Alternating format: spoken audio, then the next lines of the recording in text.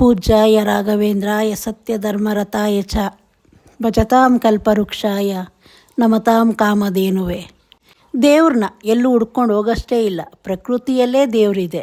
ಈ ಪ್ರಕೃತಿಯಲ್ಲಿ ಇರೋ ಕೆಲವೊಂದು ವಸ್ತುಗಳಲ್ಲಿ ಪುರಾಣದ ಪ್ರಕಾರ ಅದರದೇ ಆದ ಕೆಲವೊಂದು ಕಥೆಗಳಿದೆ.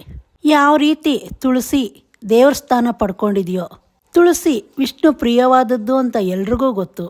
ಇದು ದೇವ್ರ ಸ್ಥಾನ ಪಡ್ಕೊಂಡಿರೋದಕ್ಕೆ ಕೆಲವೊಂದು ಕಥೆನೂ ಇದೆ.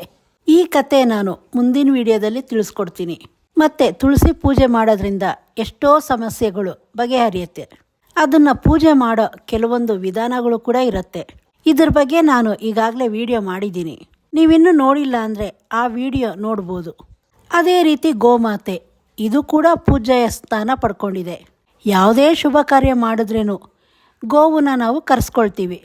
ಯಾಕಂದರೆ ಮುಕ್ಕೋಟಿ ದೇವತೆಗಳು ಇದರಲ್ಲಿ ವಾಸವಾಗಿದ್ದಾರೆ.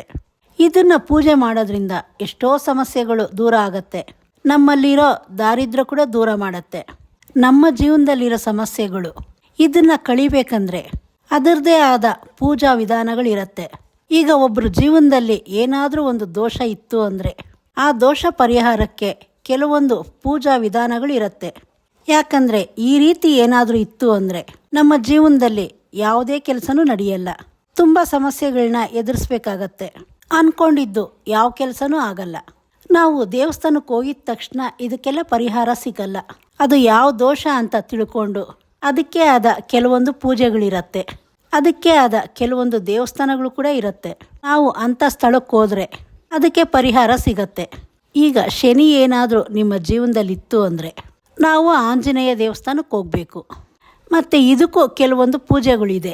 ಈ ರೀತಿ ಮಾಡೋದ್ರಿಂದ ಕಡಿಮೆ ಆಗತ್ತೆ. ಶನಿ ಅಂದ ತಕ್ಷಣ ಎಲ್ಲರೂ ಭಯಪಡ್ತಾರೆ. ಶನಿ ನಮ್ಮ ಜೀವನದಲ್ಲಿ ಏನಾದರೂ ಬಂತು ಅಂದರೆ ನಾವು ಮಾಡಿರೋ ಕರ್ಮಕ್ಕೆಲ್ಲ ಶಿಕ್ಷೆ ಕೊಟ್ಟು ಒಳ್ಳೇದು ಮಾಡಿ ಹೋಗುತ್ತೆ. ನಾವು ಮಾಡಿರೋ ಕರ್ಮನ ತೊಳೆಯೋದೇ ಶನಿ. ಆದರೆ ಇದನ್ನು ತಡೆಯೋದಕ್ಕಾಗಲ್ಲ.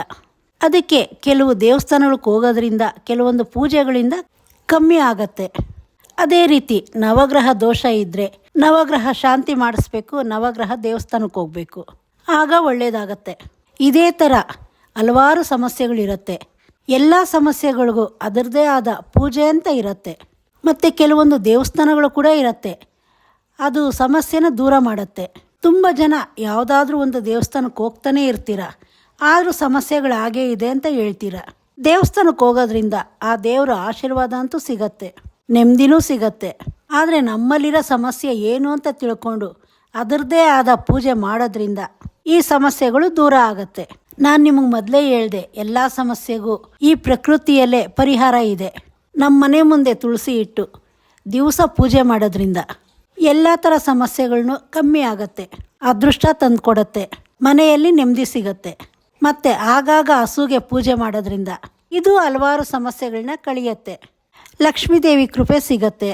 ಅದರದ್ದು ಗಂಜಲ ತಂದು ಮನೆಗೆಲ್ಲ ಹಾಕೋದ್ರಿಂದ ಎಲ್ಲ ದಾರಿದ್ರ್ಯನೂ ಕಳೆಯುತ್ತೆ. ಅದೇ ಥರ ಮನೆ ಹತ್ರ ಹುತ್ತ ಏನಾದರೂ ಇತ್ತು ಅಂದರೆ ಅದಕ್ಕೆ ಆಗಾಗ ಪೂಜೆ ಮಾಡ್ತಾ ಇರಿ. ಇದು ಕೆಲವೊಂದು ದೋಷಗಳನ್ನ ಕಳೆಯುತ್ತೆ. ಮತ್ತು ನಾವೆಲ್ಲರೂ ದೇವಸ್ಥಾನಕ್ಕೆ ಹೋದ್ವಿ ಅಂದರೆ ಅಲ್ಲಿ ನವಗ್ರಹಗಳಿರುತ್ತೆ. ತುಂಬ ಜನ ಏನು ಮಾಡ್ತಾರೆ ಅಂದರೆ ನವಗ್ರಹ ಕಡೆ ಗಮನ ಕೊಡಲ್ಲ. ಹಾಗೆ ದೇವಸ್ಥಾನದೊಳಗಡೆ ಹೋಗ್ತಾರೆ, ಕೈ ಮುಗಿದು ದೇವರಿಗೆ ಮತ್ತೆ ಹಾಗೆ ವಾಪಸ್ ಹೋಗ್ತಾರೆ.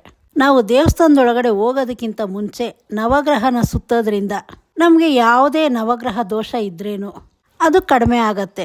ಈ ರೀತಿ ಇನ್ನೂ ಹಲವಾರು ಪ್ರಕೃತಿಯಲ್ಲೇ ಇದೆ. ನಾವು ಮಾಡೋ ಪೂಜೆಗಳಲ್ಲೇ ಇದೆ. ನಾವು ಮಾಡೋ ಕೆಲಸ ಸರಿಯಾಗಿತ್ತು ಅಂದರೆ ಈ ಸಮಸ್ಯೆಗಳನ್ನೆಲ್ಲ ದೂರ ಮಾಡ್ಕೊಬೋದು. ಈ ಥರ ಇನ್ನೂ ಹಲವಾರು ವಿಷಯಗಳಿದೆ. ಇದನ್ನೆಲ್ಲ ನಾನು ಮುಂದಿನ ವಿಡಿಯೋದಲ್ಲಿ ತಿಳಿಸ್ಕೊಡ್ತೀನಿ ನಿಮಗೆ. ನೀವಿನ್ನೂ ನನ್ನ ಚಾನಲ್ ಸಬ್ಸ್ಕ್ರೈಬ್ ಮಾಡ್ಕೊಂಡಿಲ್ಲ ಅಂದರೆ ಸಬ್ಸ್ಕ್ರೈಬ್ ಮಾಡ್ಕೊಳ್ಳಿ.